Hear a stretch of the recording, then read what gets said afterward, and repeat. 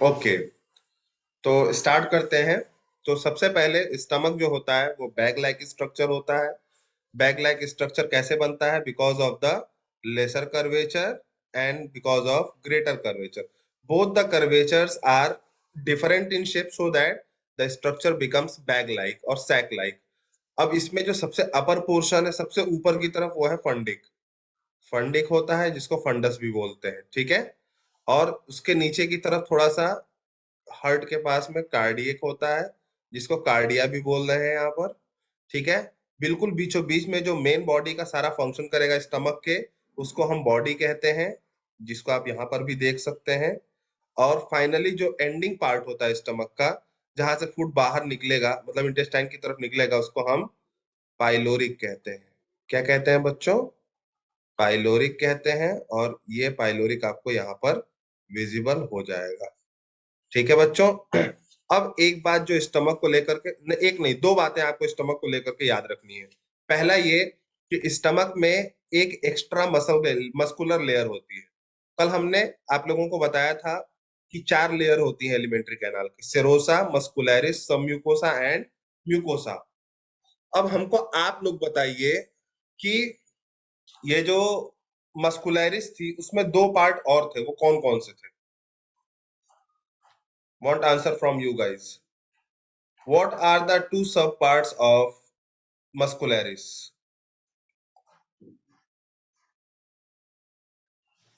किसी एक बच्चे ने आंसर तो दिया, सिर्फ एक आया। एक तो चलो बाहर की तरफ है, longitudinal, inner circular. Very good Anjali. Arpita ने भी एक ही दिया लेकिन सही दिया। ठीक है, सलोनी हैंड रेस कर रही, कुछ बोलना चाह रही, बोलो।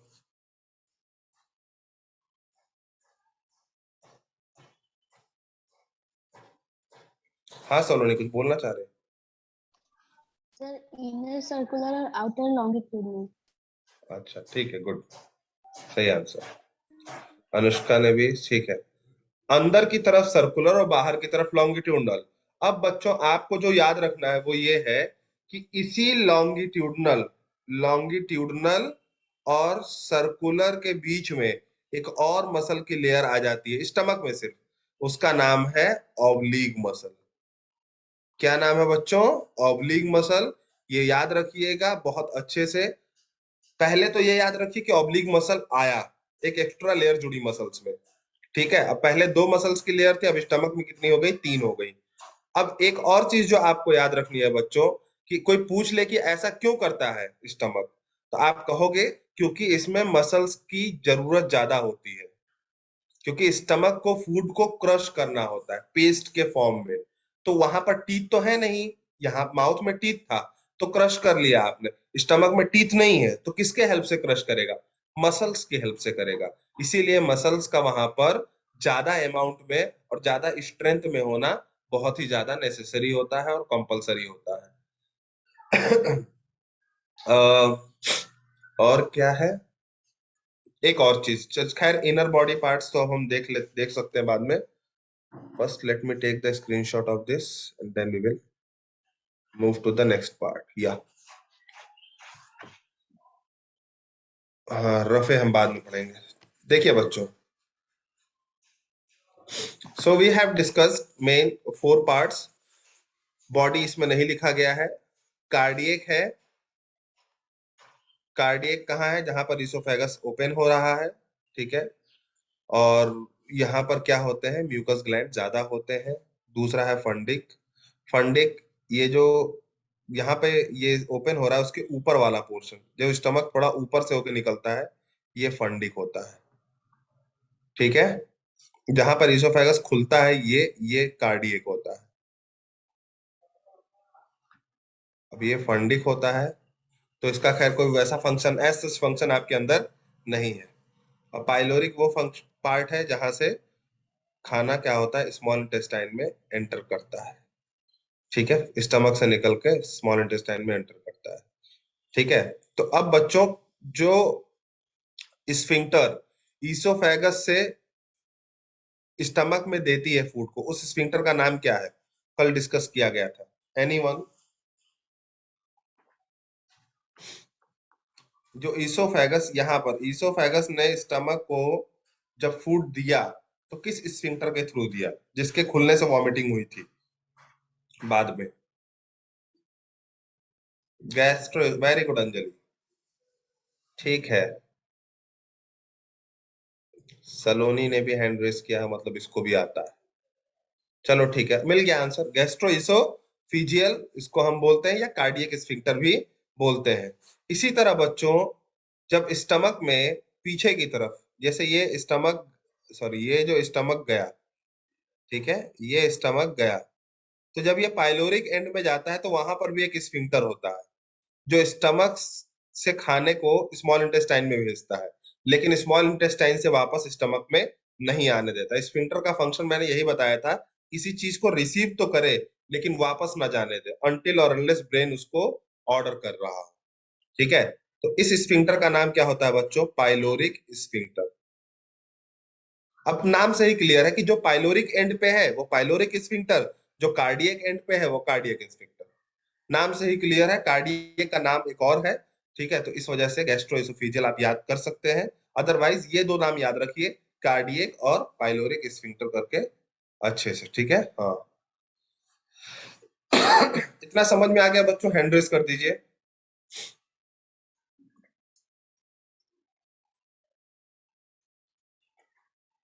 Okay, good.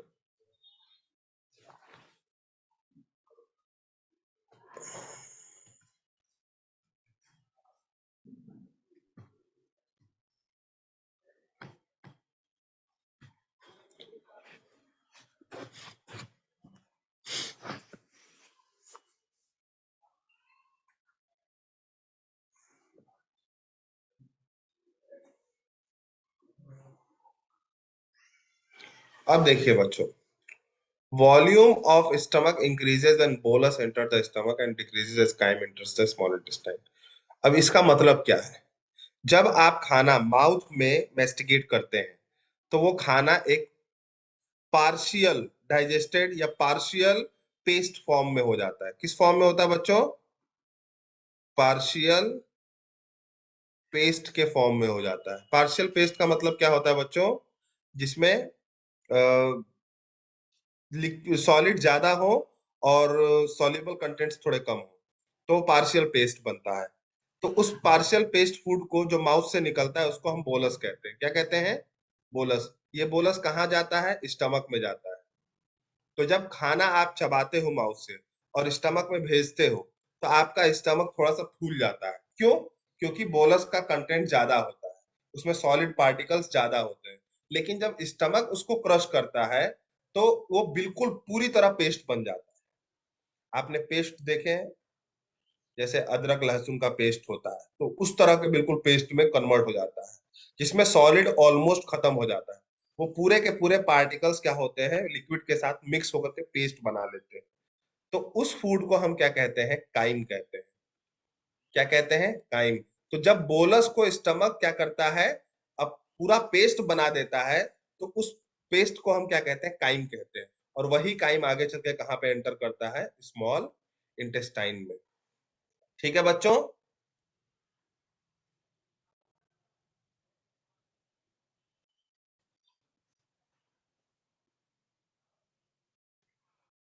ओके,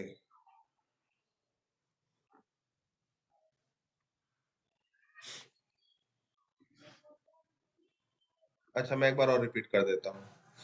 आपने जो खाना माउथ में मेस्टिकेट किया वो बोलस बन गया। वो क्या बन गया? बोलस।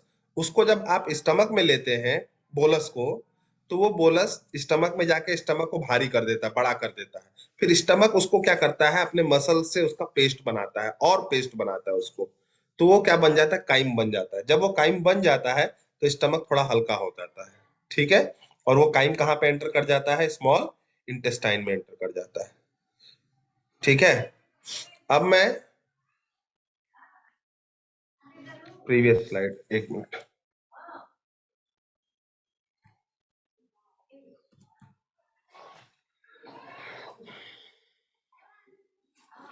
तीन पार्ट्स है।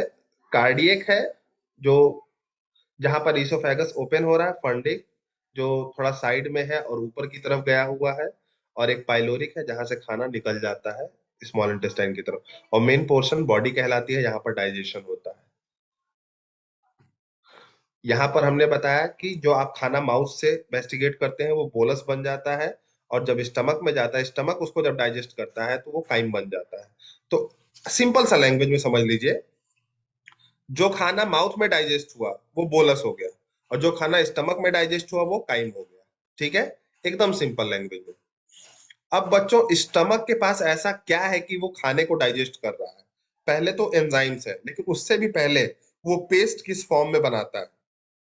ठीक है, तो स्टमक की जो वॉल्स होती है बहुत ही रफ होती हैं। क्या होती है? बहुत ही रफ होती है, और उसको हम बोलते हैं स्टमक रगे।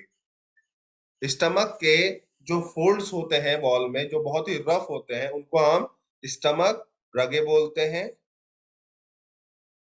हाँ, मैंने भेजा है ग्रुप पे। जो मैंने कल पढ़ा नहीं, ये ग्रुप पे नहीं भेजा है, जो मैं पढ़ा रहा हूँ हर दिन का मैं ग्रुप पे भेज रहा हूँ, स्क्रीनशॉट लेकर के ऐसे ही। मयंक, कुछ पूछना है आपको? वेट, हाँ पूछिए मयंक। स्नेहा को भी कुछ पूछना है? हाँ स्नेहा पूछिए। ऐसे हैंड रेस किया था क्या बच्चे ने? अच्छा, ओ, वो हो गया होगा, चलो कोई बात नहीं, कोई बात नहीं। अच्छा अच्छा, उठा ही रह गया, कोई बात। तो अब बच्चों देखो, कभी किसी ने सिलबट्टा देखा है जिससे मसाला पीसते हैं? हाथ रेस कीजिए अगर देखा है तो। घर में तो होता ही होगा, कई लोगों के अभी भी यूज होता होगा।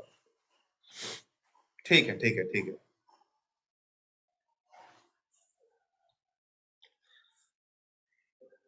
हाँ ठीक है, ठीक है, हाथ नीचे कर लीजिए सब लोग।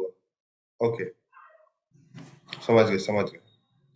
अब मान लो ये सील है और ये बट्टा है जिससे हम मसाला पीस रहे हैं।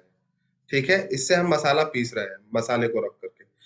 इसका सरफेस और इसका सरफेस, दोनों का सरफेस स्मूथ होता है या बहुत रफ होता है? आप लोग बताइए, स्मूथ होता है या रफ होता है? बता रहा हूँ, रगे मीन्स जिज्ञासा, 1 मिनट बता रहा हूँ। रफ होता है ना?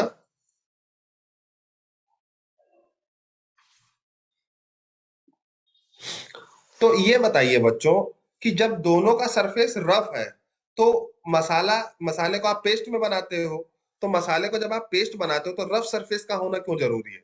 अगर स्मूथ होता तो मसाला क्यों नहीं बन रहा, पेस्ट क्यों नहीं बन रहा उसका? अगर हम सिलबट्टे को स्मूथ रख दें तो मसाला क्यों नहीं होगा, ग्राइंडिंग क्यों नहीं होगी? हाँ, फ्रिक्शनल फोर्स नहीं लगेगा, फ्रिक्शन से ही ग्राइंडिंग होती है। फ्रिक्शन और रफनेस मिलकर के ग्राइंडिंग करते हैं। आप अपने टीथ के सरफेस को देखिए, ये क्या है? रफ है। ठीक है, रफ मतलब फ्रिक्शन ज्यादा लगेगा, स्मूथनेस कम है उसमें। तो स्टमक की जो वॉल होती है उसमें भी फ्रिक्शन कम होता है और वॉल बहुत रफ होती है। उसी रफ वॉल को रगे नाम दिया गया है। उसी रफ वॉल को क्या नाम दिया गया है? रगे नाम दिया गया है। ठीक है बच्चों, यही वजह है कि जब खाना यहाँ पर आता है तो जैसे सिलबट्टे से आप मसाला पीसते हैं ना, वैसे आपका स्टमक क्या करता है, पूरी तरह से फूड को पेस्ट में कन्वर्ट करता है। और इस मूवमेंट को, जो पेस्ट बनाने का जो मूवमेंट होता है, उसको हम कहते हैं चर्निंग मूवमेंट। क्या कहते हैं बच्चों? Churning movement. तो स्टमक रगे के थ्रू किया गया मूवमेंट, जो जिससे फूड आपका या बोलस आपका क्या बन रहा है, पेस्ट बन रहा है या काइम बन रहा है, उसको हम मूवमेंट को क्या कहते हैं? चर्निंग मूवमेंट कहते हैं बच्चों। Bridges and the grooves in them helps in guiding. Very very good Arpita. तो बच्चों, जैसे आपने मतलब सिलबट्टा का अगर आपको एग्जांपल याद है तो आप स्टमक समझ जाओगे। स्टमक भी अपने रफनेस के बीच में फूड को फंसा करके ऐसे ऐसे चारों तरफ क्या करता है, ग्राइंड करता है। जब तक ग्राइंड करता है, जब तक वो मसाले में कन्वर्ट ना हो जाए, मसाला इन द सेंस पेस्ट में कन्वर्ट ना हो जाए, करता रहता है करता रहता है करता रहता है। तो रफनेस किसके कारण आ रही है? स्टमक में रफनेस रगे के कारण आ रही है। अब मैं आपको दो प्रैक्टिकल चीजें बताऊं, बताऊं बच्चों? हैंड रेस कीजिए, एकदम एप्लीकेशन वाली। चलिए ठीक है। ओके ओके, ठीक ठीक ठीक।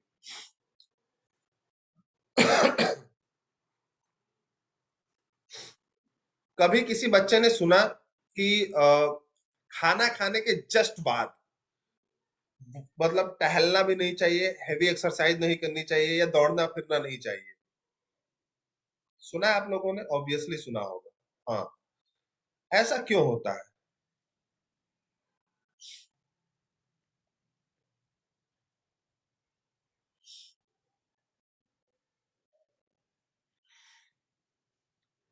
प्रैक्टिकल चीज है ना। ऐसा क्यों होता है, क्यों मना किया जाता है? एकदम खाना खाने के जस्ट बाद तो टहलना भी नहीं चाहिए। 10 मिनट या 5 मिनट रुकने के बाद ही वॉक करना जाना चाहिए, वो भी बहुत हल्का वॉक लेना चाहिए, फास्ट वॉक नहीं। बच्चों ने सुन रखा है इसलिए क्योंकि फूड आपके स्टमक में जाकर के सेटल होता है। सेटल होने के बाद ही चर्निंग मूवमेंट स्टार्ट होती है। जब आप खाना खाने के जस्ट बाद मूवमेंट करना शुरू कर देते हो, फूड सेटल नहीं हो पाता, और चर्निंग मूवमेंट उल्टा सीधा हो जाता है, जिससे स्टमक एक होता है, मतलब आपके पेट में दर्द होना स्टार्ट हो जाता है। अगर किसी ने यह हरकत की होगी तो उसके पेट में दर्द हुआ होगा, और वो जानता होगा ये चीज। ठीक है। देखो दो लोगों ने, हाँ देखो, दो लोगों ने हैंड रेस कर दिया। होता है, पेट दर्द होता है। दूसरी बात बच्चों, कई बच्चे हाथ खड़ा कर दिए कि हाँ सर पेट तो दर्द होता है। होता ही है, सही बात है। क्योंकि मान लो अब स्टमक बेचारा फूड समझ के क्रश करना चाह रहा है, फूड को तुमने इधर उधर कर दिया है। अब वो बेचारा क्या करे, उनकी मसल्स ही फिर वो हो जाती, क्रैम्प्स पड़ने लगते हैं उसमें, फिर आपको पेट दर्द होने लगता है। ठीक है बच्चों। कई बार ऐसा होता है कि आपने सुना होगा कई लोगों से कि पेट में गुड़गुड़ाहट हो रही है, या पेट में चूहे कूद रहे हैं। ऐसा टाइप का वर्ड सुना है आप लोगों ने? कई बच्चों के तो कूदते ही रहते हैं, हाँ देखिए। तो पेट में क्या सच में चूहा होता है?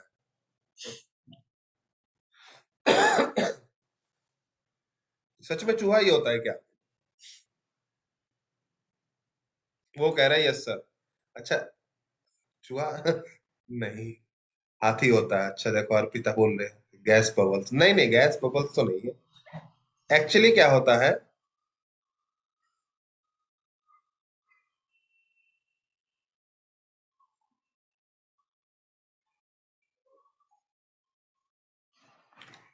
एक्चुअली में क्या होता है बच्चों, कि जब हम लोग खाना खा रहे होते हैं, ठीक है, तो हमारा एक टाइम बन जाता है, उसको बायोलॉजिकल क्लॉक कहते हैं। उस टाइम पर जब हमको खाना नहीं मिलता है, तो हमारे स्टमक की वॉल्स क्या करती हैं, उनको फील होता है कि खाना आ गया है। वो क्या करती हैं, अपना चर्निंग मूवमेंट स्टार्ट करती है, तो आपका पेट गुड़गुड़ाना शुरू हो जाता है। कभी कभी आवाजें भी आती होंगी पेट में से। हैंड रेस कीजिए, कितने लोगों की आती हैं? दो बच्चों ने सिर्फ हाथ उठाया, 4-5 बच्चों ने, चलिए बहुत अच्छी बात है। इसका मतलब आपका पेट का चर्निंग मूवमेंट स्टार्ट हो गया है, पेट की चक्की चालू हो गई है। ठीक है। उसको कुछ मांगता है अभी खाने पीने के लिए, अभी मतलब इन द सेंस जब ऐसी आवाज आ रही हो तो। कई बार पेट खराब होने की वजह से भी आवाज आती है, तो उसको कंफ्यूज मत होइएगा आप लोग। ठीक है, both the things are different.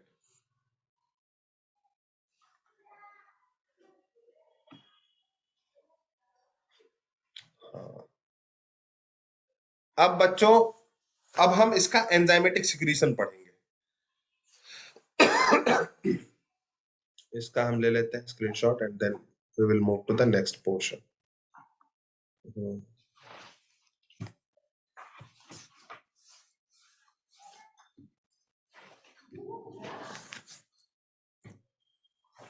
Stomach की वॉल देख लीजिए आप लोग। ये जो आपको रफनेस दिख रही है ना, म्यूकोजा की, ये रफनेस ही क्या है, रगे है। This roughness is known as rugae. Okay.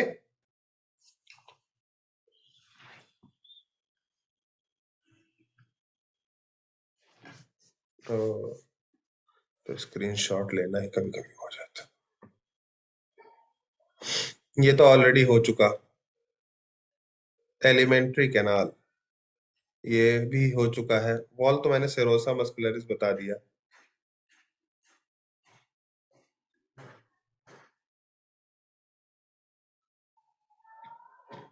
ये देख लीजिए यहां से, गैस्ट्रिक ग्लैंड। अ, जिन बच्चों को जिन बच्चों ने हैंड रेज वैसे कर रखा है, मुझे कंफ्यूजन हो जाता है कि बच्चों को शायद कुछ पूछना है इसलिए हैंड रेज कर रखा है। वैसे अदर स्टूडेंट्स हैंड नीचे कर लीजिए, मतलब जब कोई क्वेश्चन पूछना होगा तो रेज कर लीजिएगा, मैं अनम्यूट कर दूंगा आप लोगों को। ठीक है। यहाँ से अब हमको डिटेल, अब हम अभी तक हमने क्या पढ़ा, ज्यादातर हमने फिजिकल डाइजेशन पढ़ा। ठीक है। सलाइवरी डाइजेशन जो था वो बहुत छोटा सा था, केमिकल डाइजेशन अभी बहुत कम पढ़ा है। अब हम स्टमक का क्या पढ़ने जा रहे हैं बच्चों, केमिकल डाइजेशन पढ़ने जा रहे हैं। अभी तक हम स्टमक का क्या पढ़ रहे थे, अभी तक हम स्टमक का फिजिकल डाइजेशन ही पढ़ रहे थे।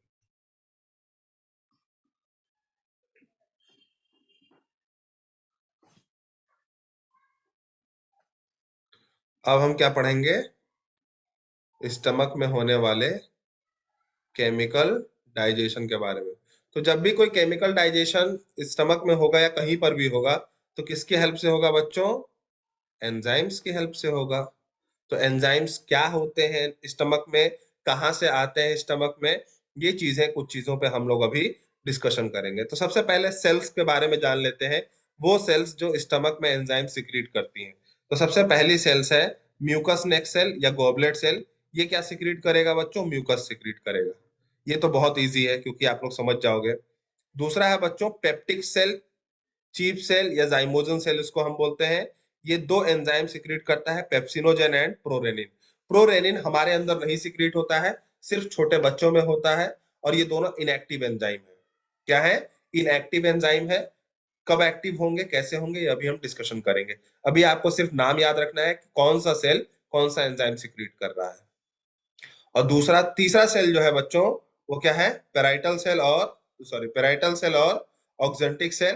तो ये जो सेल्स हैं ये क्या सिक्रेट करेंगे, एचसीएल सिक्रेट करेंगे, और कैसल्स इंट्रिंसिक फैक्टर सिक्रेट करते हैं, सीआईएफ। ये क्या काम करते हैं अभी हम बताएंगे। कैसल इंट्रिंसिक फैक्टर का क्या काम है, एचसीएल का क्या काम है, वो हम एक एक करके अभी डिस्कस करेंगे। हाँ अंजलि, पहचाना तुमने थोड़ा बहुत, ठीक है। सबसे पहले हम एचसीएल से स्टार्ट करते हैं बच्चों। एचसीएल का फंक्शन हम स्टार्ट करेंगे, और एचसीएल में ही कैसल इंट्रिंसिक फैक्टर भी हम डिस्कस कर लेंगे। ठीक है।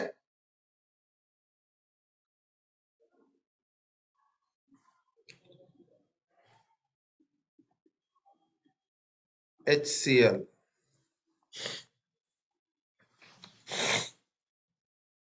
पहले तो एक दो फंक्शन तुम ही लोग बता दो, कुछ तो जानते ही होगे तुम लोग HCl के बारे में।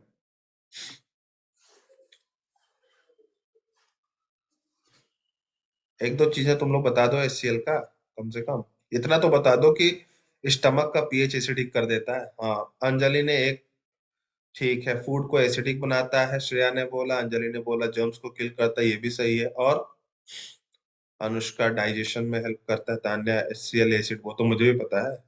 रितु HCl बैक्टीरिया को किल करता है, ठीक है। हार्मफुल बैक्टीरिया, कैसे भी बैक्टीरिया को किल कर देगा, हाँ। Ritu, Anjali acidic medium create करेगा, ठीक है। मंतशा HCl हेल्प इन, हाँ, जर्म्स को किल करेगा, ठीक है। श्रेया ने help in digestion of food, Saloni help in digestion, अच्छा ठीक है। हाँ, अंजलि ने बहुत अच्छा पॉइंट लिखा, activate pepsinogen, that is very important. Anushka nutrient का एब्जॉर्प्शन, ये भी इंपॉर्टेंट पॉइंट है, गुड। न्यूट्रिएंट के एब्जॉर्प्शन में हेल्प करता है। सिमरन ने भी लिखा इनएक्टिव पेप्सिनोजेन को मतलब एक्टिवेट करता है actually. Arpita, to dissolve enzyme secreted, ये भी सही पॉइंट है। जो एंजाइम सिक्रेट हो रहे हैं उनको डिसॉल्व कराता है, मतलब एक्टिवेट करा के रिएक्शन कराने में हेल्प करता है। Facilitate action of, Kumari Geeta, उन्होंने लिखा है facilitate action of pepsin, pepsin का एक्शन एक्टिवेट करता है, ठीक है।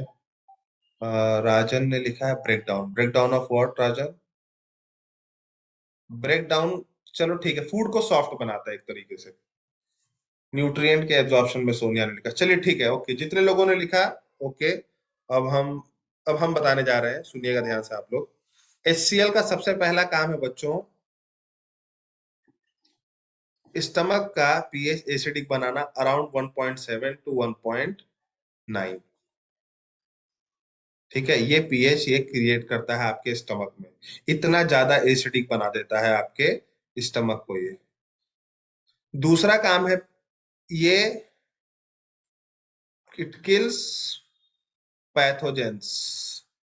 जो भी खाने में बचे कुचे पैथोजेंस रह गए हैं उनको ये क्या करता है, किल कर देता है, अनटिल और अनलेस पैथोजेंस ने अपने सेल वॉल के ऊपर कोई हार्ड लेयरिंग ना बना रखी हो, क्योंकि हमारे अंदर फिर भी डिजीज तो होते ही है ना।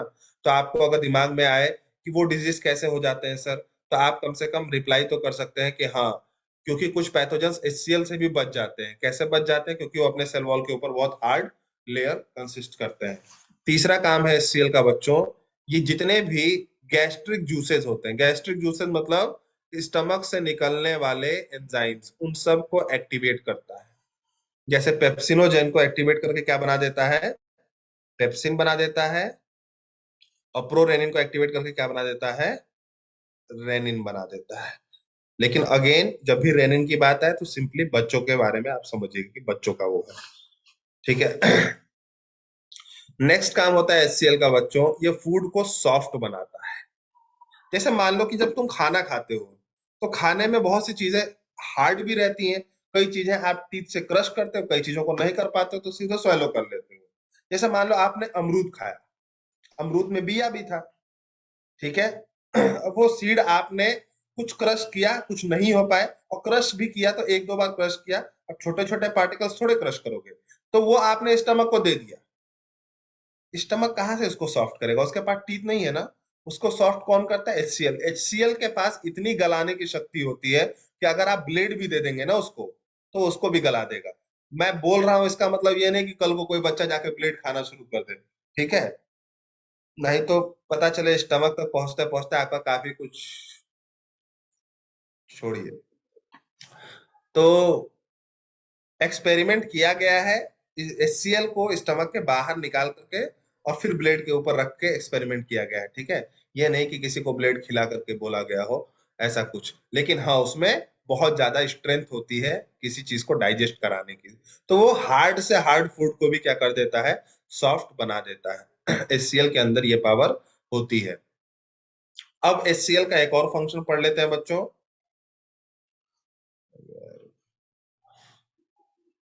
अब एचसीएल जो होता है इसमें होता है कैसल इंट्रिंसिक फैक्टर। ये एक फैक्टर है जो विटामिन बी 12 का एब्जॉर्प्शन कराता है, बहुत इंपॉर्टेंट है। ये factor, factor means they are protein like structures which basically facilitate the absorption of vitamin B 12। तो एचसीएल ये कैसल इंट्रिंसिक फैक्टर को हेल्प करता है क्या करने में, विटामिन बी 12 के एब्जॉर्प्शन में हेल्प करता है, ठीक है। और विटामिन बी 12 जो होता है वो ब्लड के फॉर्मेशन में भी इंपॉर्टेंट होता है, आपके मेंटल हेल्थ के लिए भी इंपॉर्टेंट होता है। नीट का एक क्वेश्चन मेरे को याद आ गया, एक ये था,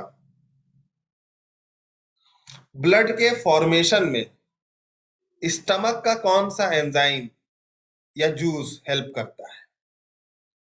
अब इतना इनडायरेक्ट क्वेश्चन पूछा, ब्लड के फॉर्मेशन में आपके एलिमेंट्री कैनाल का बोल लो या डाइजेस्टिव सिस्टम का कौन सा जूस हेल्प करता है, तो वहां आंसर एचसीएल था। लेकिन कितना घुमा के पूछा है क्वेश्चन, एकदम इनडायरेक्ट वे में, ठीक है। सिद्धार्थ कुछ पूछना चाह रहा है शायद। हाँ सिद्धार्थ बताओ।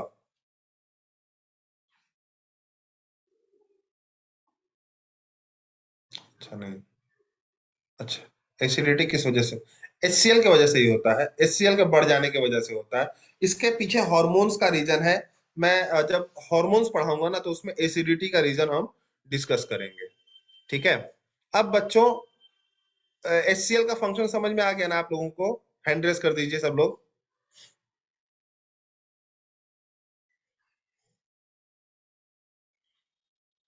चलिए, अब सब लोग हैंड नीचे कर लीजिए ताकि जो बच्चे क्वेश्चन पूछना चाहते हैं उनका हैंड दिखे बस हमको।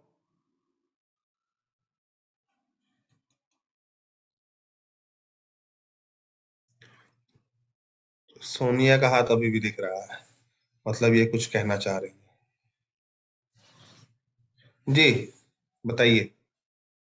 सर जो क्वेश्चन आप बता रहे थे नीट का, मतलब फिर से रिपीट करिए। एक मिनट, थोड़ा सा तेज बोल दीजिए। सर जो क्वेश्चन मीट के बारे में आपको बता रहे थे अभी एचसीएल से, वो वाला क्वेश्चन फिर से रिपीट करिए। अच्छा क्वेश्चन ठीक है। कौन सा which digestive juice helps in haemopoiesis? Haemopoiesis, haemopoiesis मतलब ब्लड फॉर्मेशन। तो आपका आंसर क्या होगा? HCl होगा। ठीक है ओके सर। बच्चों, अब हम किसके बारे में फंक्शन पढ़ेंगे? म्यूकस। म्यूकस जो होता है, म्यूकस फूड को क्या बनाता है? ज्यादा मिक्सेबल बनाता है। म्यूकस पानी ही तो है, ज्यादा लुब्रिकेटिंग फ्लूइड है, तो जाके फूड में मिल जाता है, तो फूड को और ज्यादा सॉल्युबल बना देता है ताकि डाइजेस्ट करने में हेल्प हो। फिर सोनिया ने हाथ खड़ा किया। अब क्या बात है सोनिया? सर वो मैंने नो नहीं किया था, अभी बता रहे। कौन सा? सर हैंड राइट मतलब हैंड डाउन कर रहे हैं, म्यूट करके भूल जाते। अच्छा अच्छा ठीक है, कर लीजिए कर लीजिए। अर्पिता भी कुछ पूछ रही क्या? पूछिए Arpita. Sir HCl blood formation में कैसे हेल्प करता है? विटामिन B12 हेल्प करता है ब्लड फॉर्मेशन में इनडायरेक्टली। OCI। ठीक है, और HCl हेल्प करता है विटामिन B12 को एब्जॉर्ब होने में। तो हो गया ना? चलिए, हाँ म्यूकस जो है बच्चों, ये आपका क्या करता है? आपके स्टमक के लाइनिंग्स को, म्यूकस को क्या करता है? बचाता है। किससे बचाता है? किससे बचाता है बच्चों?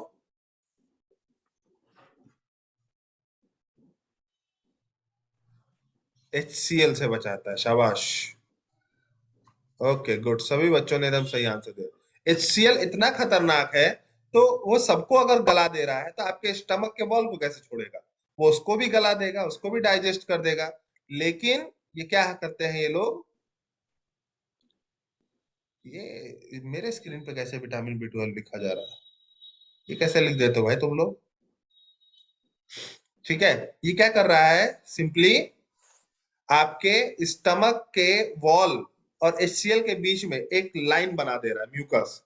और ये लाइन क्या करता है? आपके स्टमक के वॉल को प्रोटेक्ट करता है। ठीक है, जैसे अगर आप हाथ में कोई लुब्रिकेटिंग फ्लूइड लगा लो, जो कि हीट का बैड कंडक्टर हो, हीट का बैड कंडक्टर, और आप आग में हाथ भी डाल दोगे तो आपके हाथ को कुछ नहीं होगा। क्यों? क्योंकि आग और हाथ के बीच में वो लुब्रिकेटिंग फ्लूइड बीच में आ रहा है। इसी तरह आपका स्टमक वॉल भी क्या करता है? बचा लेता है। और दूसरा, सॉल्युबिलिटी इंक्रीज कराता है। अब हम आते हैं मेन एंजाइम के फंक्शन पे, पेप्सिन और रेनिन। एक स्टेटमेंट है बच्चों कि स्टमक में लिक्विड फूड, कोई भी लिक्विड हो, ठीक है, वो स्टे नहीं करता। एक स्टमक में कोई लिक्विड फूड स्टे नहीं करता, रुकता नहीं। ठीक है, Why the liquid food does not stay in stomach? हाँ, does not stay in stomach. कोई भी लिक्विड नहीं रुकता। पानी पी लो, दूध पी लो, कुछ भी P low, juice P low, liquid नहीं रुकेगा अनटिल और अनलेस वो थोड़ा सा पार्शियली कोलाइडल हो या सॉलिडिफाइड हो। और जो ये एंजाइम्स का नाम पढ़ रहे हो, ये सारे एंजाइम्स क्या है? प्रोटियोलाइटिक एंजाइम्स हैं। क्या है बच्चों? प्रोटियोलाइटिक एंजाइम्स हैं। प्रोटियोलाइटिक एंजाइम उन एंजाइम्स को बोलते हैं जो एंजाइम्स प्रोटीन को डाइजेस्ट करते हैं। तो stomach is a very major source of digesting protein. Protein को डाइजेस्ट करने के लिए स्टमक में डाइजेस्ट होना बहुत जरूरी है। इंटेस्टाइन अकेले भार नहीं उठा सकता। ठीक है, तो अब स्टमक में प्रोटियोलाइटिक एंजाइम से मतलब प्रोटीन को डाइजेस्ट करना है। छोटा बच्चा का खाना क्या है? सिर्फ मिल्क ही है ना। जो बच्चा पैदा हुआ अभी, इन्फेंट जिसको हम कहते हैं, वो क्या उसका फूड है? सिर्फ मिल्क है। और मिल्क का नेचर क्या होता है? लिक्विड होता है। और मिल्क में बहुत सारा प्रोटीन होता है। तो उसका फूड स्टमक में कैसे डाइजेस्ट होगा बच्चों? माई क्वेश्चन फ्रॉम यू, उनका फूड स्टमक में डाइजेस्ट कैसे होगा?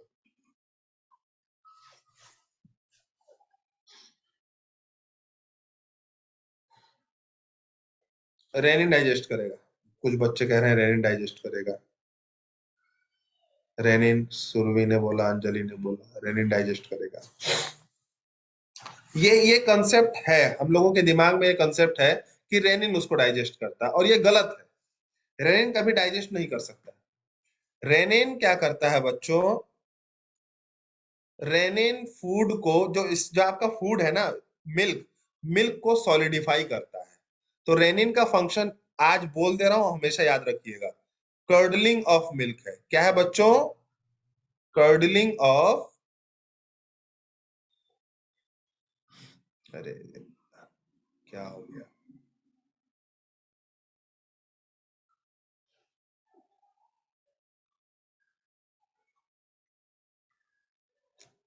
कहाँ चला गया हम लोग का पार्ट?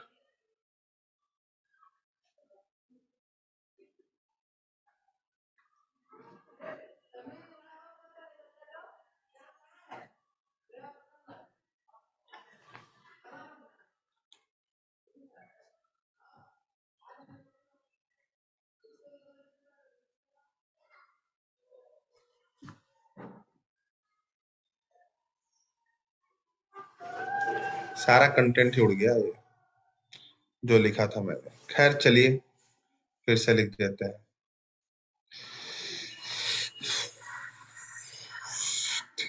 अच्छा, आ गया।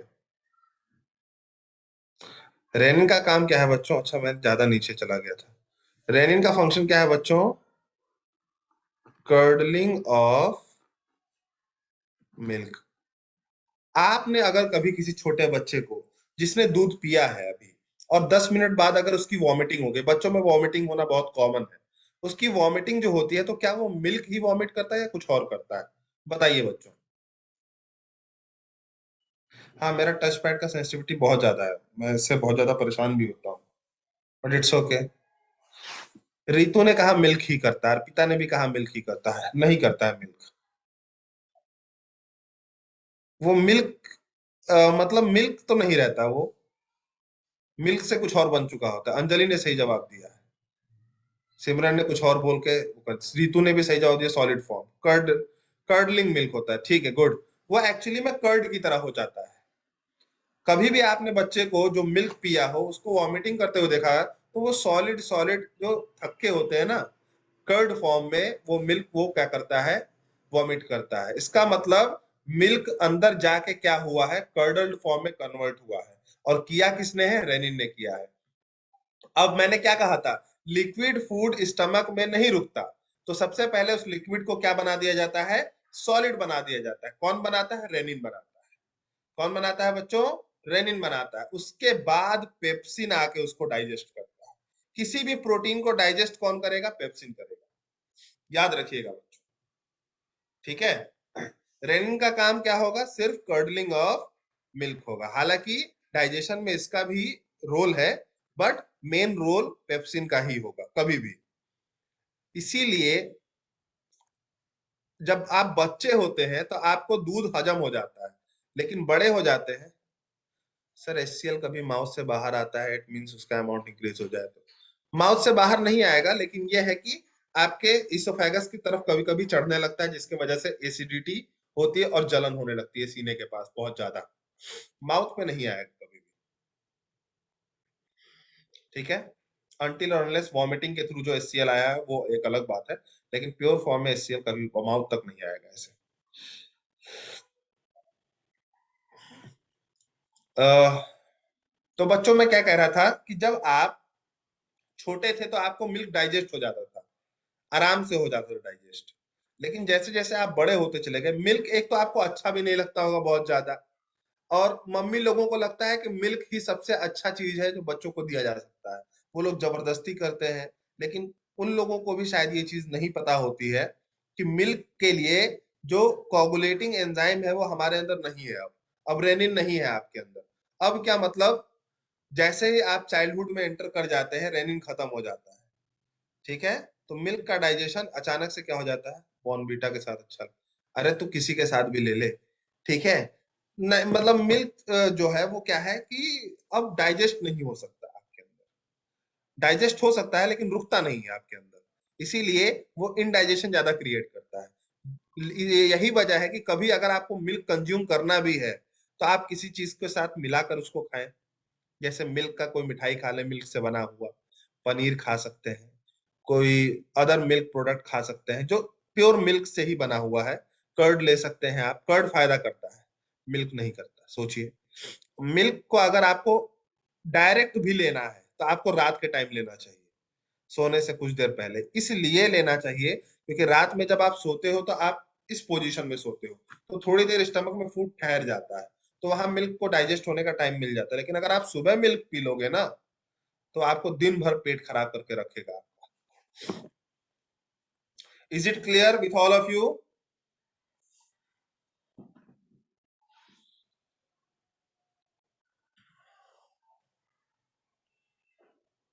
सिर्फ दो बच्चों ने हाथ उठाया। अरे समझ में आ गया ना, दूध काहे नहीं पी सकते हो आप लोग अभी? और दूध को पीना है तो किस फॉर्म में पीना है?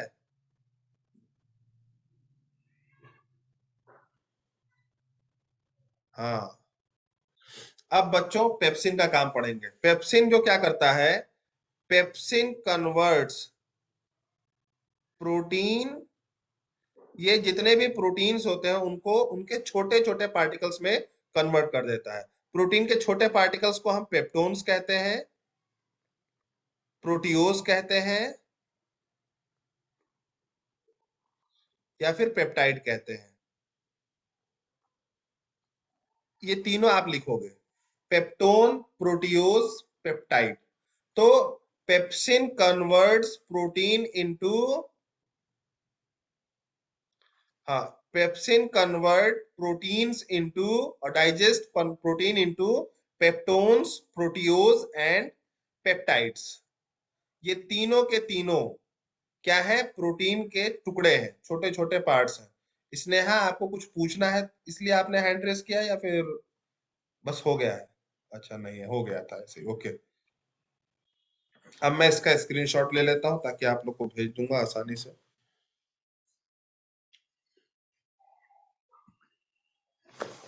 ओके।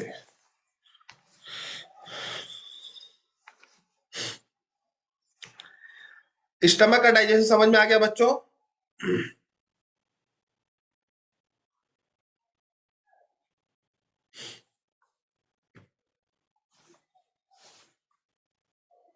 अब मैं कुछ चीजें और समझाऊंगा बच्चों। ये हॉर्मोन्स है। अब हॉर्मोन्स का फंक्शन समझ लीजिए। हार्मोन का फंक्शन इंपॉर्टेंट है। इस बच्चे ने क्वेश्चन भी पूछा था कि एसिडिटी क्यों बढ़ जाती है। फिर से क्या सिमरन, पूरा कंसेप्ट फिर से, या इसका पेप्सिन का फंक्शन फिर से?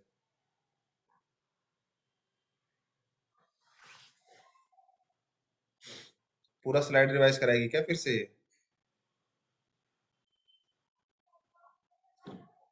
बताइए सिमरन, पेप्सिन का फंक्शन ठीक है। पेप्सिन हर उस प्रोटीन जो सॉलिड फॉर्म में है उसको उनके छोटे छोटे टुकड़ों में कन्वर्ट कर देता है। और ये टुकड़े क्या होंगे, पेप्टोन्स होंगे, पेप्टाइड्स होंगे, प्रोटियोज होंगे। प्रोटीन के टुकड़ों के नाम ये सारे हैं।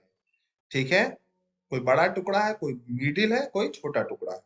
ठीक है, इससे आपको मतलब नहीं है, बस आपको मतलब होना चाहिए हाँ हमने प्रोटीन के टुकड़े कर दिए। ओके। अब एक छोटी सी इंफॉर्मेशन बच्चों जो जरूरी है आपके लिए, स्टमक में बहुत कम अमाउंट में एक एंजाइम सिक्रीट होता है जिसको हम गैस्ट्रिक लाइपेज कहते हैं। बहुत ट्रेस अमाउंट में होता है और ये क्या करता है, फैट का डाइजेशन करता है। लेकिन ये इतना कम होता है, इतना कम होता है कि डाइजेशन को ये सिर्फ इनिशिएट कर पाता है। ये कौन है भाई, स्क्रीन पे ही ऐसे हो जा रहा है?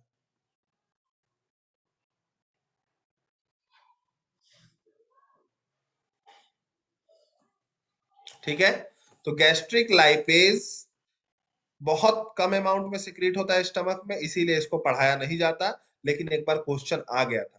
ये क्वेश्चन था कि अगर आप बटर खाएं, बटर तो खाते होंगे बच्चे लोग, अगर आप बटर खाएंगे तो बटर का सबसे पहला डाइजेशन कहाँ पे होगा? ये विवेक मुझे गुड मॉर्निंग कर रहा है। हाँ भाई गुड मॉर्निंग, शाबाश, जल्दी हुई तेरी मॉर्निंग। बटर का सबसे पहला डाइजेशन स्टमक में होगा, क्योंकि बटर क्या है, फैट है। तो स्टार्ट तो स्टमक में हो जाता है फैट का डाइजेशन, लेकिन हो नहीं पाता। क्यों? क्योंकि बहुत कम अमाउंट में लाइपेज सीक्रेट होता है। तो कभी भी अगर आप गैस्ट्रिक लाइपेज लिखें तो अंडर ब्रैकेट करके ट्रेस अमाउंट जरूर लिख लीजिएगा। ट्रेस मतलब बहुत कम अमाउंट में सीक्रेट होता है। अब हम कुछ हॉर्मोन्स के नाम, ये सब एंजाइम्स थे, अब हम कुछ हॉर्मोन्स के नाम पढ़ लेते हैं, जिससे आप लोगों को पता चलेगा कि भाई ये सारी चीजें होती हैं। ठीक है, सबसे पहले गैस्ट्रिन है। गैस्ट्रिन एक हार्मोन है जो स्टमक में प्रेजेंट जी सेल से सिक्रीट होता है। गैस्ट्रिन जितने भी आपके HCl, पेप्सिन, रेनिन, म्यूकस, ये जितने भी सिक्रीशंस है ना, इन सबको सिक्रीट कराता है। तो इट स्टिमुलेट्स गैस्ट्रिक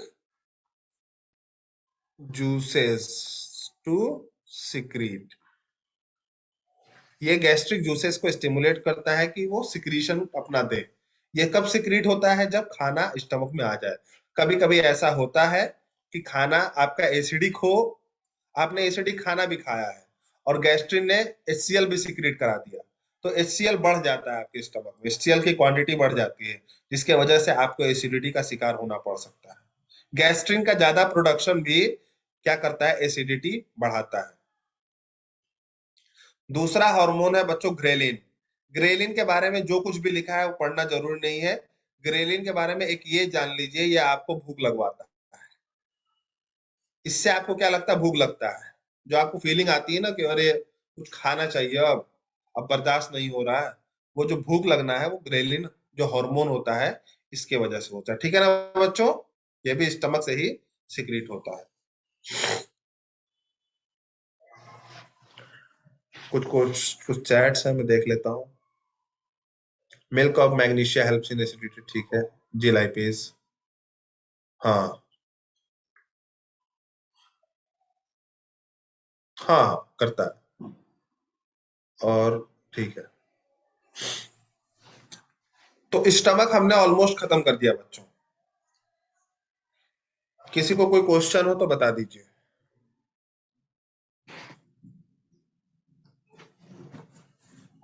सोनिया ने हैंड रेस किया।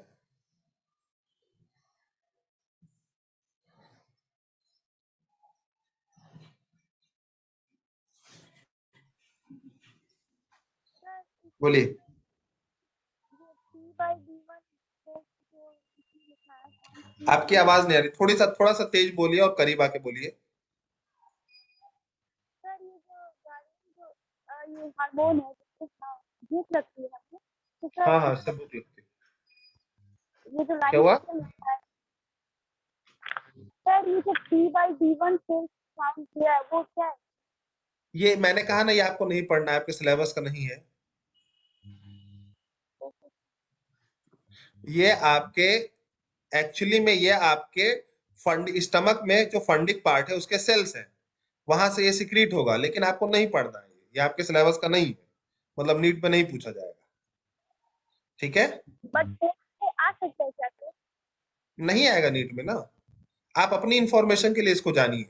ग्रेलिन भी नहीं पूछा जाता नीट में, तो बस मैंने इसीलिए बता दिया एक्स्ट्रा करके। गैस्ट्रिन पूछा जाता है, गैस्ट्रिन के बारे में याद रखिएगा। ठीक है, गैस्ट्रिन क्या है, कहाँ से सिक्रीट होता है, किस चीज को स्टिमुलेट करता है, वो अच्छे से दिमाग में रखिएगा। ठीक है,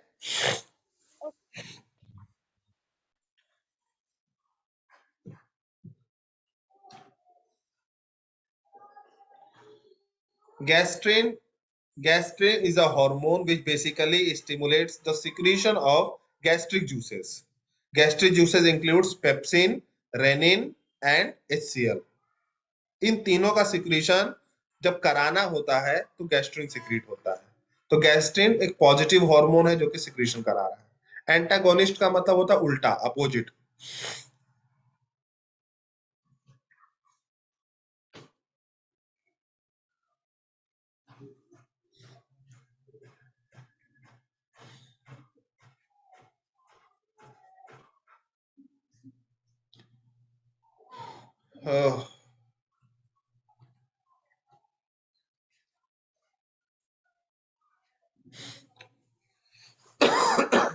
अब स्मॉल इंटेस्टाइन देख लीजिए बच्चों।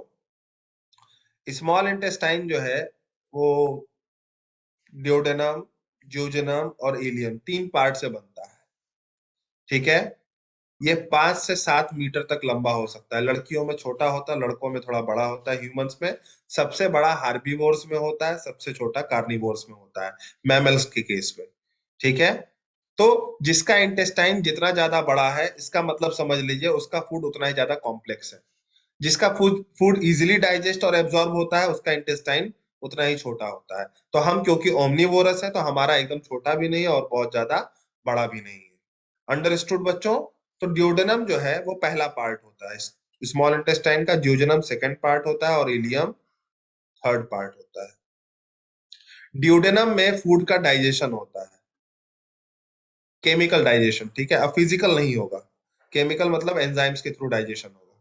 ज्यूजेनम में एब्जॉर्प्शन ज्यादा होता है। जो फूड डाइजेस्ट हो चुका है वो ब्लड में चला जाता है, ताकि फूड में बॉडी में डिस्ट्रीब्यूट किया जा सके फूड को। और इलियम जो होता है वो भी एब्जॉर्प्शन में ही हेल्प करता है, जिजुनम को ही। Understood?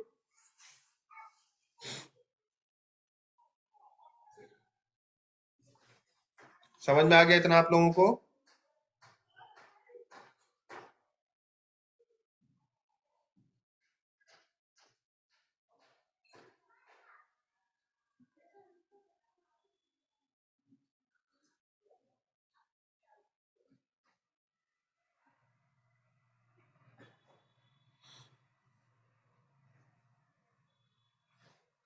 How much time is left? Okay, 15 minutes are left. मुझे एक और चीज समझानी है बच्चों। मुझे थोड़ा सा लीवर और पैंक्रियास समझाना था, and I can't include this in this one, but just give me a minute, just give me a minute.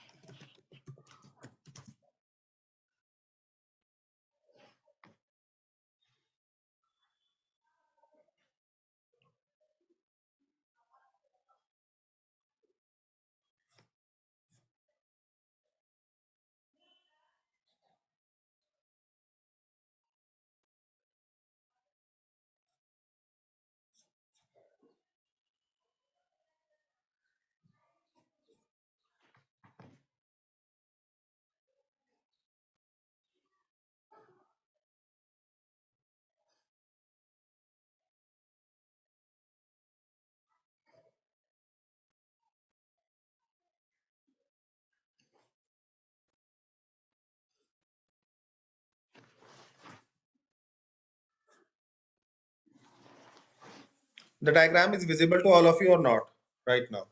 अच्छा, एक कुछ ही बच्चे ने कुछ पूछा है, just wait a minute. What is the mean by ghrelin antagonistic hormone leptin? Ghrelin का काम भूख लगवाना है, लेप्टिन का काम है बताना कि आपको खाना मिल चुका है, शांत हो जाइए। ठीक है, तो दोनों एक दूसरे के अपोजिट है। सर इलियम का फंक्शन एब्जॉर्प्शन है। ज्यूजेनम का फंक्शन, मेन फंक्शन ज्यूजेनम का एब्जॉर्प्शन है, इलियम उसमें हेल्प करता है। ड्यूडेनम डाइजेशन करता है, ज्यूजेनम इलियम मिलके एब्जॉर्प्शन करते हैं, एब्जॉर्प्शन ऑफ फूड। ठीक है मंदशा?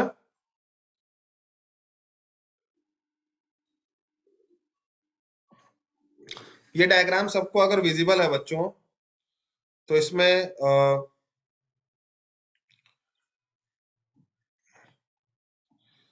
देखिए, ये आपका लीवर है क्या? अरे इतना मोटा थोड़ी चाहिए था यार।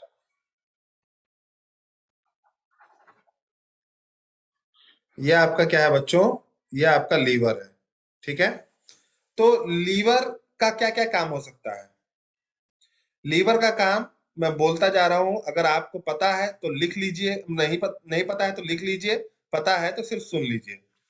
लीवर जो होता है बच्चों, ये आपके फूड को क्या करता है, सब जितना भी आपके बॉडी के अंदर टॉक्सिक सब्सटेंस है उनको डिटॉक्सिफाई करता है। आपके यूरिन में जो यूरिया बनता है, ठीक है, उसको यही बनाता है, लीवर ही बनाता है।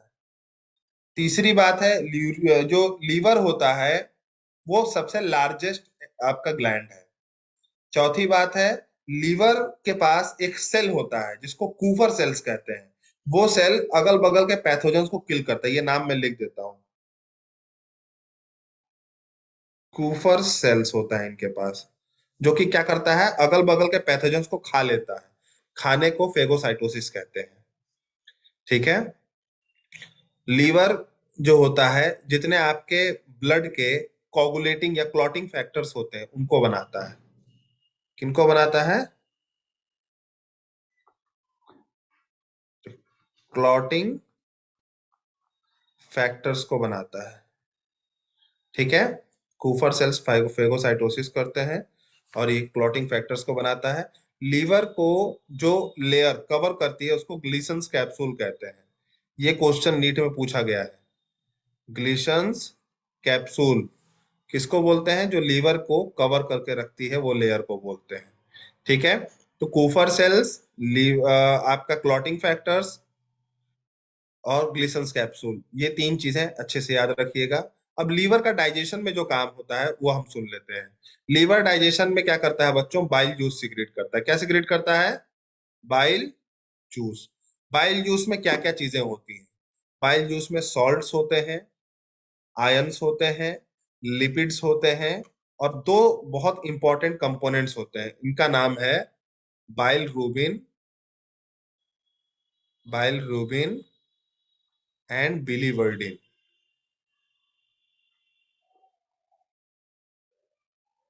ये दो बहुत इंपॉर्टेंट कंपोनेंट होते हैं बाइल के। ठीक है। लीवर जो बाइल देता है उस बाइल को गॉल ब्लैडर अपने अंदर स्टोर करता है। ठीक है। और जब फूड स्टमक इंटेस्टाइन में आ जाता है तो ये गॉल ब्लैडर क्या करता है, इंटेस्टाइन में सारा बाइल जूस दे देता है। इन्हीं के नीचे एक लीफ शेप में स्ट्रक्चर होता है, इसको हम पैंक्रियाज बोलते हैं। ये पैंक्रियाज बहुत सारे एंजाइम सिक्रीट करता है और इनके एंजाइमेटिक सिक्रीशंस भी बहुत ज्यादा हेल्प करते हैं डाइजेशन में। ठीक है बच्चों। अब जो क्वेश्चन पूछा जाएगा वो डक्ट से पूछा जाएगा, क्योंकि ये एंजाइम्स हैं और इनके एंजाइम्स जो है वो डक्ट के थ्रू आ रहे हैं स्मॉल इंटेस्टाइन में। तो कौन सा ग्लैंड किस तरह का डक्ट कंसिस्ट करता है वो समझिएगा बहुत आराम से, सुन के अच्छे से। कूफर सेल्स फेगोसाइटोसिस करेगा श्रेया, मतलब खा लेगा। अब डक्ट के नाम सुनिएगा ध्यान से। लीवर में दो लोब्स होते हैं, एक दाई तरफ और एक बाई तरफ। दाई तरफ वाले को राइट हिपैटिक लोब कहते हैं और बाएं वाले लोब को लेफ्ट हिपैटिक लोब कहते हैं। दोनों अपने अपने डक्ट से अपना सिक्रीशन भेजते हैं। तो दाएं वाले डक्ट को राइट हिपैटिक डक्ट और लेफ्ट वाले लोब के डक्ट को लेफ्ट हिपैटिक डक्ट, ये दोनों आपको दिख रहे हैं। ये दो डक्ट से अपना सिक्रीशन भेजते हैं, जो कि मिल के क्या बनाता है, ये दोनों डक्ट जहां पे मिल जाते हैं तो ये मिल के क्या बनाते हैं? कॉमन हिपैटिक डक्ट बनाते हैं। क्या बनाते हैं? Common hepatic duct. जब ये कॉमन हिपैटिक डक्ट आगे चलता है तो गॉल ब्लैडर का एक डक्ट उससे मिल जाता है। गॉल ब्लैडर के डक्ट का नाम क्या है? Cystic duct. किसका नाम है? गॉल ब्लैडर के डक्ट का नाम है सिस्टिक डक्ट। वो किससे मिल जाता है? कॉमन हिपैटिक डक्ट से मिल जाता है। तो जब ये और ये कॉमन हिपैटिक डक्ट और सिस्टिक डक्ट मिल जाते हैं, ये दोनों मिल जाते हैं, तो आगे चल के ये फिर एक कॉमन डक्ट बना लेते हैं। इसका नाम होता है कॉमन बाइल डक्ट। ठीक है। तो common bile duct common hepatic duct, common hepatic duct plus cystic duct से बनता है। ठीक है। इन दोनों के कॉम्बिनेशन। अब जैसे ही कॉमन बाइल डक्ट आगे की तरफ बढ़ता है, ठीक है, इसकी मुलाकात एक और डक्ट से होती है। उस डक्ट का नाम है पेंक्रियाटिक डक्ट। क्या नाम है उसका? Pancreatic duct. ये डक्ट कहां से आती है? ये पेंक्रियास से आती है। तो जब आपका कॉमन बाइल डक्ट और पेंक्रियाटिक डक्ट कंबाइंड हो जाते हैं एक दूसरे के साथ, तो ये दोनों मिलके क्या बना लेते हैं बच्चों? ये दोनों मिलके हिपैटो पेनक्रियाटिक डक्ट बनाते हैं। ये फाइनल डक्ट है। तो जहां पर ये दोनों डक्ट मिलते हैं वहां पर एक स्ट्रक्चर होता है, उसको हम बोलते हैं एम्पुला ऑफ वेटर। फूला हुआ स्ट्रक्चर, एम्पुला ऑफ वेटर। और ये कहां पे एंटर होते हैं? ये सारे चीजें मिलके कहाँ एंटर होती हैं? ड्यूडेनम में एंटर होती हैं। ड्यूडेनम मतलब स्मॉल इंटेस्टाइन का पहला पार्ट, और यहाँ पर एक स्फिंक्टर होता है। एंट्री के टाइम पर एक स्फिंक्टर होता है। इस स्फिंक्टर का नाम क्या होता है? आई थिंक आप लोगों ने सुना होगा, स्फिंक्टर ऑफ ओडाई बोलते हैं। मैं एक बार और रिपीट करूंगा क्योंकि थोड़ा सा कॉम्प्लेक्स है ये, ध्यान से सुनिएगा। कर देना रिपीट बच्चों, हैंड रेस कर दीजिए एक बार। हाँ ठीक है, मैं करता हूँ फिर से, लेकिन तीसरी बार रिपीट नहीं करूंगा, ठीक है? सेकेंड टाइम कर रहा हूँ और फाइनल टाइम कर रहा हूँ, ध्यान से सुनिएगा।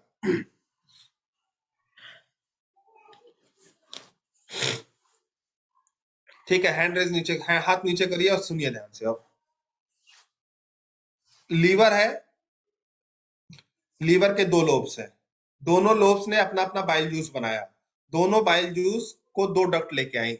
जो राइट वाले पोर्शन से लेके आ रही है उसका नाम राइट हिपैटिक डक्ट है, जो लेफ्ट वाले से ला रही है उसका नाम लेफ्ट हिपैटिक डक्ट है। दोनों डक्ट आके कंबाइन हुई, दोनों डक्ट कंबाइन होकर के क्या बनी? कॉमन हिपैटिक डक्ट बनी। पहला जो कंबाइंड डक्ट बना वो कॉमन हिपैटिक डक्ट था। कॉमन हिपैटिक डक्ट थोड़ा सा आगे चला तो उसको गॉल ब्लैडर वाला डक्ट मिल गया। गॉल ब्लैडर वाले डक्ट का नाम क्या था? सिस्टिक डक्ट नाम था। तो कॉमन हिपैटिक डक्ट जब गॉल ब्लैडर वाले डक्ट के साथ मिला तो वो दोनों ने मिलकर क्या बना लिया? कॉमन बाइल डक्ट बना लिया।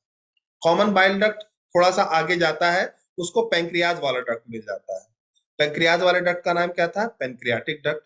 तो कॉमन बाइल डक्ट उसके साथ मिल जाता है, पेंक्रियाटिक डक्ट के साथ, और मिलके क्या बना लेता है? हिपैटो पेंक्रियाटिक डक्ट बना लेता है। ये किसके साथ? कॉमन बाइल डक्ट किसके साथ मिलके? पेंक्रियाटिक डक्ट के साथ मिलके हिपैटो पेंक्रियाटिक डक्ट बना लेता है। और दोनों जहां पर मिलते हैं उस पोजीशन को एम्पुला ऑफ वेटर कहते हैं। दोनों जब मिल जाते हैं तो उस पोजीशन को एम्पुला ऑफ वेटर कहते हैं। एम्पुला मतलब कोई भी फूला हुआ रीजन, ठीक है? ये मिलके कहा जाते हैं? स्मॉल इंटेस्टाइन के ड्यूडेनम पार्ट में जाते हैं। ड्यूडेनम में जहां पर खुलता है, जहां पर हिपैटोपैंक्रियाटिक डक्ट खुलता है, ओपन होता है, वहां पे एक स्फिंक्टर होता है जो कि सारे सिक्रीशन को स्मॉल इंटेस्टाइन में दे देता है, लेकिन स्मॉल इंटेस्टाइन से कुछ भी वापस नहीं लेता है। उस स्फिंक्टर का नाम क्या है? Sphincter of Audi. So this is all about the ducts. Ducts के बारे में ये जानना बहुत जरूरी है, ठीक है बच्चों? हैंड रेस कीजिए, समझ में आ गया है तो।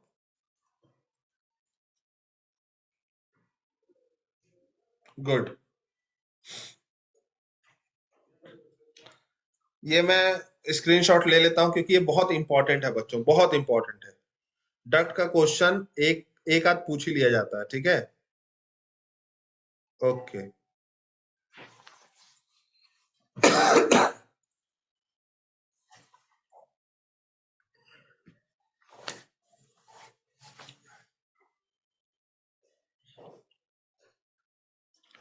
अब बच्चों एक चीज समझ लीजिए, लीवर बाइल जूस सिक्रीट करता है और गॉल ब्लैडर बाइल जूस को स्टोर करता है। ये मैंने शुरू में भी बोला, अभी भी बोल रहा हूँ। लीवर बाइल जूस सिक्रीट करता है और गॉल ब्लैडर बाइल जूस को स्टोर करता है। पेंक्रियाज पेंक्रियाटिक जूस सिक्रीट करता है, और इन सब का सिक्रीशन और डाइजेशन हम लोग कल पढ़ेंगे। होपफुली कल हम लोग चैप्टर को एंड कर देंगे, खत्म करेंगे कल हम लोग चैप्टर को फाइनली। मैं कर दूंगा सेंड नोट्स, ठीक है? ये हालांकि जो मैं पढ़ा रहा हूँ वो नोट्स ही है, बट इट्स ओके, फिर भी मैं सेंड कर दूंगा आपको, अलग से एक नोट्स सेंड कर दूंगा आप लोग के ग्रुप पर। ये वाला तो उस पे असाइन कर देंगे जो भी होगा। तो आज के लिए इतना ही रहने देते हैं बच्चों, बाकी जो, हाँ, पीडीएफ सेंड कर देंगे, ठीक है? चलिए, थैंक यू बच्चों for attending the class and being so cooperative in the class. So goodbye, take care of your health and your family also. So we'll meet by tomorrow. Thank you, students.